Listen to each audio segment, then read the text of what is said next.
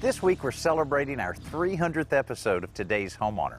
And I can remember that first season very, very well, especially when I look at this house. We did several shows at this particular location, including things like building an addition on the back of the house and repairing the columns out front, and a lot of other little household repairs that everybody faces.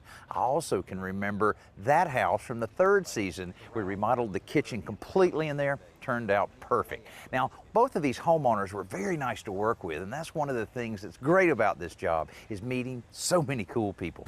Whether it's helping hurricane victims in coastal Mississippi, So good. Thank you. or tormenting an Iowa homeowner, Hello, Jackie. Tell me about the bathroom. we always seem to have a lot of fun with the people we meet along the way. You just love it. You love the remodeling, huh? No. And the average person with limited knowledge on faux finishing could do this column. You know, you looked straight at me when you said limited knowledge.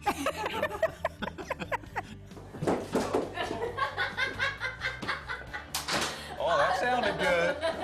We were rolling tape on that one. Oh, yeah.